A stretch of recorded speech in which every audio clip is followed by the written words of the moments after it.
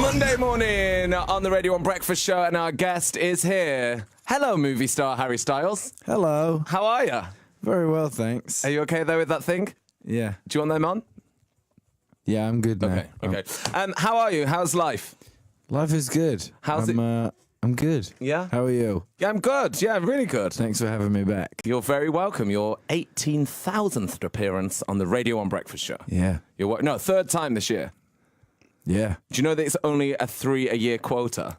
I know. It's so like after this, see you next year. It's like cortisone shots. Yeah, just numbs out after after this interview, it won't work. So enjoy this. Thank you. How's it being a movie star? Because that's what we're here to talk about this morning. We're going to talk about Dunkirk. It's it's been really fun. It's I don't know. It's fun because you almost. It's such a hard stop when you finish filming, then you almost like forget that it happened, and then it kind of comes out obviously so long afterwards. Had you wanted to act before, like when you were younger, when you were little? Did you ever do any? I did it when I was at school. Yeah, I did like school productions. What did you do at school? Which obviously isn't the same, but we always did weird takes on stuff. So we did like Chitty Chitty Bang Bang, but I was Buzz Lightyear. Oh wow, so quite out there, you know. Okay. So yeah, there was a lot of the storylines always kind of intertwined in a strange way. And how did the role of Buzz Lightyear in Chitty Chitty Bang Bang inspire you to be Alex in Dunkirk? I think he's just he's quite strong. He's willing to. He's always trying his best. He's fearless. Yeah, he's fearless. Yeah. He likes green. Yeah. Did you mention this to Christopher Nolan? No. No, good. Good. Yeah, good. Because that is like when I heard you were going to do a movie, I was like, oh, okay, that's cool. And then when I heard it was like Christopher Nolan, I was like, wow. This is major. How was it like when you got that first sort of talk about it, or that first meeting about going to audition to be in a film this big? Well, I think like when I first heard about it, I'm such a fan of his. Mm-hmm. So I was kind of excited to watch it when I heard he was doing this film. So I kind of knew it was going to be good. And then I just wanted to get involved really, and then did like a tape and sent it in. Did you have to film that yourself at your house? No, I did it with the casting director guy in America, and then I flew back for the auditions in London, which is real weird. Is it? How is an audition? Because I guess the last time you auditioned, that went quite well. Well, you walk into a room of. I walked in and everyone in the room was like people I'd seen in movies and stuff. So I was like, oh, Who was there? I mean, Finn was there. But well, I guess people that didn't get the role. Yeah, I guess so. Yeah, we were talking about that. But it was it's so weird because you do it and then you just go home and like obsess over whether it was good or not. Yeah. So it's a really strange. It's a really strange like thing. Do you have to go like when because obviously you're playing a soldier in Dunkirk, when you're going to that audition? Yeah. Now you can't turn up in like those silver Harry Styles boots. Right. So do you have to go up dressing like man from the olden days? Yeah, I purposely went in like a beanie hat and a jumper. Right. I was like, just like this is actually this is actually. I should maybe try and blank canvas this down a little. Yeah. I mean, I'm just a normal guy. Yeah. Cast me. Yeah. And then when do you get the call? Does Christopher Nolan call you and tell you you're in the film? No. So I was actually in a writing session at the time, and I wasn't allowed to tell anyone that I'd got it. So my agent and manager called me, and I kind of like shouted with them on the phone, and then I walked back into the room, and they're like, "Are you okay?" And I was like, "Yeah, my friend got a job, and it was just really good." So, and they were like, "Okay." Really excited about this, like, screaming like, "Oh my god, congrats!" Yeah. And then how was day one on set? Because I imagine a lot of pressure to work on this, because massive film. I saw it yesterday. I loved it, by the way. I thought it was amazing, and and we'll get into the film in a second. But it's huge, isn't it? So day one, was it daunting? Was it scary? Were you fine? Yeah, I think walking onto the set was like. It was so overwhelming. Just, I think, trying to imagine something of that size, and then when you actually see it, it is insane. Yeah. And I'd say my first day on set was one of the hardest kind of weather days and everything. So it was a bit like thrown in the deep end. Was it freezing? Yeah. It looked freezing. It was. What time of year did you film it? We filmed it from March, end of March, or May maybe. Yeah, you could like literally see like people's skin color changing, like when you get chilblains when you've been playing out too long. It's gonna be like that. How was it watching it back? Like, how was it watching yourself back in it? Because that must be like quite a weird thing to. Yeah, I really don't do. like it. Because it's not like watching you back in an interview and you're like, oh, that's kind of me. Right. But watching you playing someone else must have been. Yeah, it's I don't like it very much. It's a bit weird. Okay. It just makes you feel uncomfortable. Let's not have that as the pull quote for the film. Don't like it. Bit weird.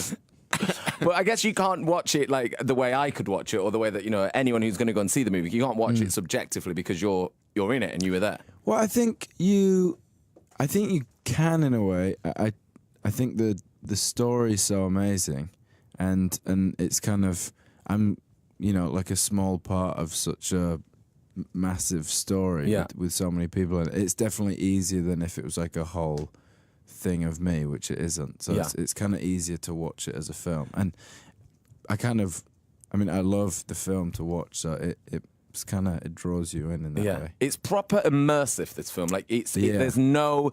You'll see when you go and see it, but there's no sort of backstory to anything. It's like straight up action in it. From the minute it starts to the minute it ends. Yeah. And I love that there was nothing sort of romanticized in it. There's no like, I've got to get home to my wife. Like, sometimes people cheese up a war film. Yeah. Like, there's none of that. It's just action, and I think it's quite brutal. It's quite it's quite hard to watch. Yeah, I think in a very good way, great way. Yeah, I think it's just really human. Yeah, and I don't think. I don't really see it as like just kind of a typical war film, because I think they're always about being the hero and kind of running and saving the day, and this is like the emotional side of it and how it affects everyone, and it's kind of, it's like the civilians who are saving everyone, and it's kind of the soldiers are very much like accepting that they've lost, kind of. So it's a really interesting take on kind of something set. It is the human thing. You're right at that. You're right at that. Did you cry when you saw it? Because I went to see it. It was in like an IMAX, massive IMAX. Yeah. On my own in there, so it was extra intense because the screen was massive. Yeah, it's really intense. And I was on my own, and I was like, I didn't know it was gonna get me like this. I proper cried in it. I cried twice in it, and then when it came out at the end, and it was like the human thing of it that made me cry, like the civilians like being like, well, we've sent them to war, now we're gonna like go and save them. Yeah. And I came out, I was like a hot mess when I saw it. I was like, who's there? And it was like feelings of like pride and like lots of like weird feelings and quite life affirming feelings. Yeah. Did you cry when you watch it? Are you a crier when you watch movies? Well, the first time I am sometimes. Sometimes things will just get me. The first time I watched it, I was more because I hadn't seen anything and I didn't know how he'd put the story together. Yeah. So I was more like kind of watching to see what the story was. So I felt like I watched it less as just the film. Yeah. And then I watched it at the premiere in London, and it got me a couple of times. It's like a couple of like emotional little bits where I was like, I don't know if I'm allowed to cry in a movie. Your own film. I'm in. Because I looked a bit. But yeah, it's really emotional. I think that the thing is like sitting in a cinema full of people, you kind of still feel like you're watching it on your own. Yeah. It's such personal. A personal experience. It's really like, you feel kind of surrounded by it, and it doesn't feel like you're watching a screen, really. It feels like you're kind of in there. You're in it. And it's proper, like, it's stressful to watch as well. There's, like, suffocating and drowning. Like, it's a proper intense movie. It's kind of like a virtual reality experience in, like, an amazing piece of film. Yeah. It's kind of crazy. You just feel like you're running with them and swimming with them, and you're like you're in the going action. Through everything that they're going through. I think because it doesn't makes it really intense. I think because it doesn't leave there. That's why it's so good. Yeah, and like when Chris was introducing the film, he was kind of saying like, I would say enjoy the film, but it's not. It's not that. He wants you to like experience it. Yeah. And I think once people come out and get over the initial, whoa, that was a lot, I think it kind of affects you. And I think that's the stuff that's important. I don't think, some of my favorite movies aren't just stuff that I just loved and enjoyed. It's stuff that like moves you and stuff. So I think it's a really important story and amazing film. I think it's great when it makes you think after for ages. Yeah. Like when you're kind of wired. Like when I watched it the second time, I kind of went to dinner afterwards, and you're like, you just feel a bit like on edge afterwards. Yeah. So I think stuff like that's amazing that you can do that with, you know, a movie. Yeah. When I left and I got in a cab, the cab driver was like really nice to me, and I was like. Thank you, fellow human. Thank you so much. Thank you. How was it? I guess in the way that you couldn't sit in that film last night and cry yourself being in the movie would be like if you were in a comedy, you can go to your premiere and like laugh at yourself. I'm hilarious. Exactly. Like you couldn't do that. Yeah. But you love a rom-com, don't you? I do. Would you do a rom-com? I don't know. Is that no? I do like them though. Yeah, you do like. What's your favorite rom-com?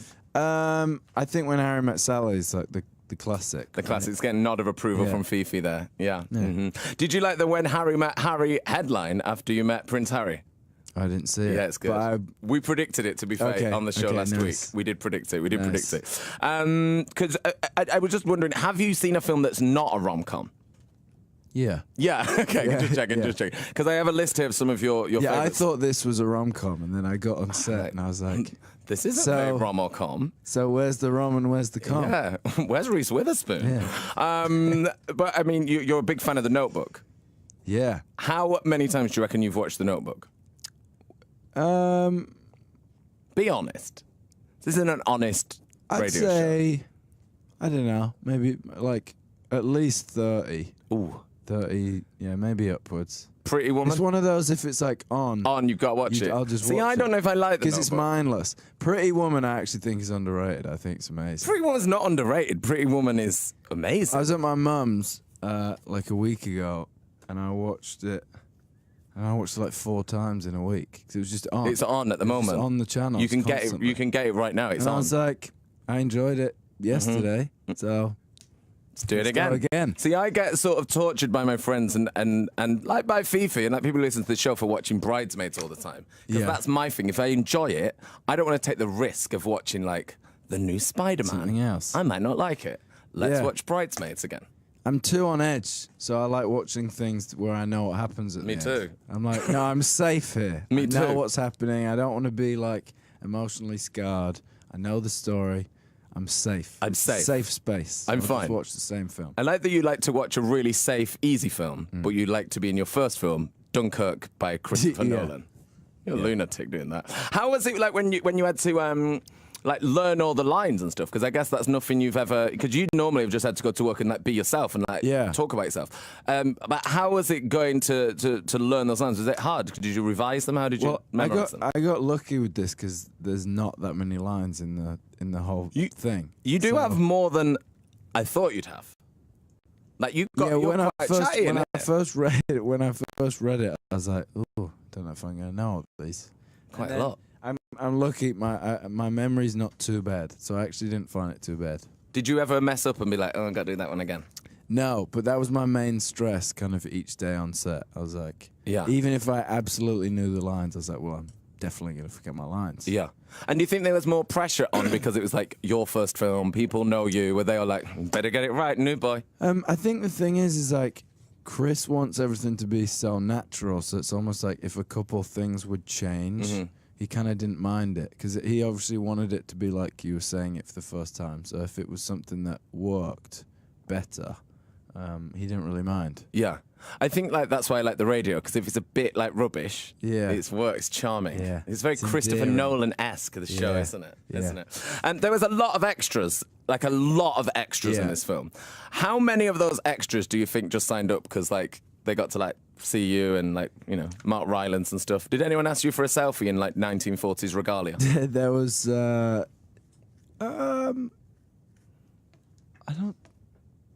don't think anyone had the That's very respectful. stuff. It was good. That's but very they, good. they got like a bunch when we were filming in Dunkirk. They had like a bunch of locals and loads of guys from like the local school and stuff. And we'd be out and they'd all be dressed, and it was obviously insane to see them all walking Yeah. kind of the streets of this town in full kind of gear, and we'd be sitting around in the days, and as the days would go on, they'd realize how much waiting around there was. So each day they'd start bringing more and more snacks. So they'd have their little like army bags with them, and you'd kind of look around and they'd be pulling out like Pepperoni. sausages and stuff. And there's this guy who brought like a little Packet of skips. Swiss Army knife and just a massive sausage, and would just sit there cutting bits of sausage off this thing.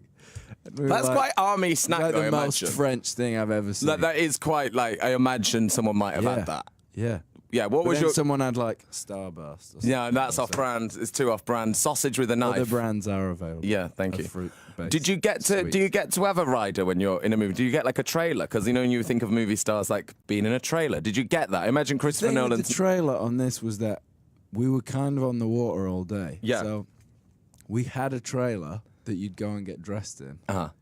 That was it. So That was you'd it. like get dressed in it, Yeah. leave, and then get dressed afterwards. Right. That was kind of. So there was it. not It sort of- wasn't like, oh, I've got loads of stuff in my trailer. No rider. But when I finished, I got my first edible arrangement. What did you Those get? like bouquet of flowers out of fruit. Oh yeah. Yeah, I got my first one of those. Well, congratulations. Thanks. Congrats on that. Congrats on Good, that. It's amazing. actually. What happens on the last day? Does Christopher Nolan say like, "Hey, well done. See you at the premiere"? See ya. Like, how's the leaving the set? Like, are you like, oh, is that done? Is it good? Am I Yeah, in it? everyone kind of like has a drink afterwards and hangs out for a bit, and then it's so mad because you do it, and then obviously everyone goes home, and the next day it's just completely done. It's Yeah. such a hard stop. You're just eating a fruit arrangement at And it's- home on your yeah. own, like You watch kinda Pretty like, Woman, I that guess. was a great 5 months. That Yeah. was really intense. Yeah. Thank you so much. And then Back to normality. I go bet that home is and weird. sleep for 3 days. Okay, there's something I want to do with you. We're going to explain more, Yeah. Harry, after this. Okay.